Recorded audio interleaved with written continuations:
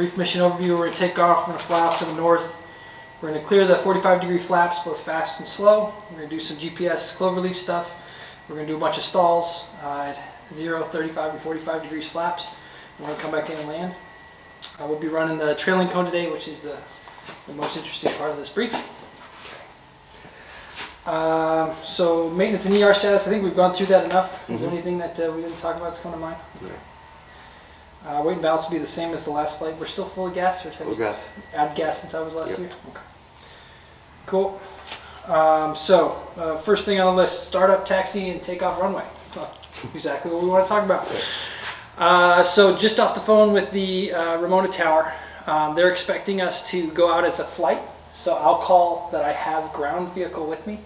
Okay. You'll have a handheld in the cockpit with you. And we'll go down to the far end, most likely. Is it 27 or 9?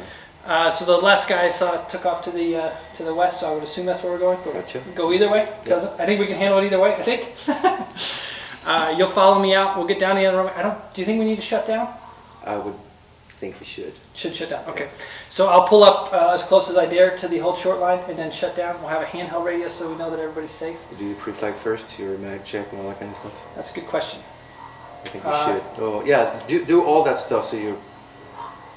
Well, actually, I think the right procedure is to do it afterwards. I think you're right. So that means that I'm there making a whole bunch of noise and you're trying to listen to a handheld to figure out what's going on. Yeah. So I'll have it plugged in real good. We'll stay on ground for the run-up as you would normally. Yeah. But if something happens, I'll saw the throttle off and call you on ground and tell you what's going on there on the ground frequency. Well, I mean, I can be right behind you anyway, right? So. You'll be right there, but I'm just thinking like in that moment, right? Like everybody's cocked up, ready to go. There's traffic around, right? Yeah. So that's a scenario we would have to worry about maybe. And then get done with the run-up, then I'll taxi out. So I'll do the switch over to tower. Yes. And you'll follow me to tower. Yeah. I have a sheet for you. Mm-hmm. Frequencies. So you'll follow me over to tower, and then we can talk about whether or not the hose looks like it's working. And what I'm going to want to do is get all the S turns out. So the plane will be sitting there. So this is the hold short line, right? The plane's sitting there. Yeah. And we're going to take that line and right with the trailing cone sort of in here. And when I taxi out, I want to at least get the S's out, right? Yeah. And ideally, at least get the S's out, and I want the trailing cone on the runway, so the cone to go past the hold short line, minimum, right? Mm-hmm. And if that looks like it's working where I can accelerate and go and it's not going to drag through the dust, then that'll be what we're closing the loop on. If I need to go to the far side or whatever, we'll close the loop on that over the radio on tower frequency, which they're going to love. They're going to hate us. Yeah. But I think it'll be pretty clean. So maybe let's make sure we run through that before we get out of here. So that'll be the plan there, and then I'll go. And like a last call, like it looks like it's still there after I get airborne and get away from the airport. It would make me feel good. Yep. I'm gonna break my promise on this. Instead of doing the whole pre-flight brief, I'm just gonna say, first off, we decided to move the cloverleafs to the end because we were so dependent on video footage for the stalls that I didn't want to have the cameras flame out and lose that footage. And then secondly, the continued discussion from Flight 6 about what are the bailout criteria and what are acceptable minimum controls is continued for the prep for Flight 7, so I'm gonna include that. Mission limits. CHT limit of 440 in the climb, 420 for cruise, oil temp limit of 215, expected VSO 57 knots indicated. Is that right? Yep. So I changed the VS to 68 because that's what we saw clean the first day. Mm-hmm. Okay. I'm going to rotate at 83, sure. Flap extension speed, I got rid of the calibration or the calibrated. Yeah. So it's just 100 knots. Landing gear speed, got rid of it again, 122. VA, 157 knots.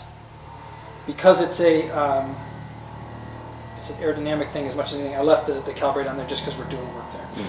VNE 235. And then limit load factor, flaps up 3.8, flaps down 2.0. Okay. Yep. And then power settings will be, so we haven't touched prop governor. It over reps to 28. Is 28 acceptable until first power reduction? Yep. Okay. So then the climb power setting will be wide open black knob and blue knob back to 2500. Yep. And then 2500 will be my high power cruise stuff that I do today. All the climb stuff, everything will be 2500, but full black. Yep. So we talked mission limits. So previously we had said that if I can't get the airplane down to 150 without getting within 10% of a control stop, then I bail out. We both had some time to think about it. The risks for this flight are much lower than the last one, but I think it's still on the table. Do you think that's still a reasonable limit? We'd have some time in this scenario. If it's a dynamic thing and it's fast, then I'm going to go for the door. Sure, absolutely. 150 is going to be sporty, right? I mean, it's going to be very sporty. Yeah.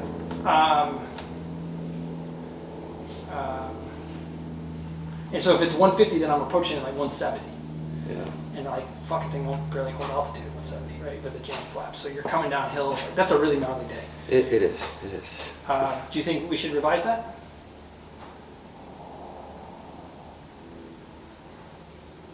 I mean, if you're in that situation, then all bets are off anyway. So that's a scenario that, again, the goal for this is not to necessarily be able to predict the actual situation, but just to make sure we're on the same page about what it is.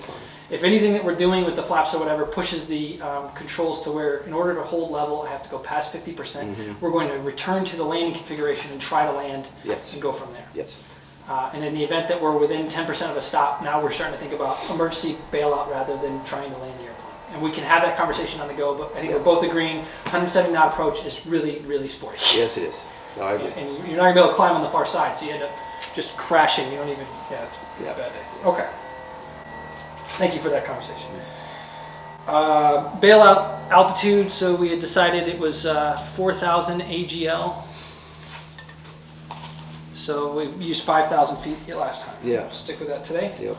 So out of control below 5,000, I'm going for the door. Any go, no-go items that are obvious. If the trailing cone gets bound up in the weeds or something when we're trying to go, then there needs to be sort of an abort point where it's not working and we're holding up traffic, right? Right. So you're gonna have the radio on and up, and we're gonna like talk about that if the tower's yelling at me or something. In which case we're gonna pop the canopy open, throw it in the right seat, and I'm gonna get off the runway. Yes. If you have a knife in your pocket, you can just dike off the hose. Find the green knife, please. The utility knife. That's probably a good thing to have, just to dike off the hose. Yes.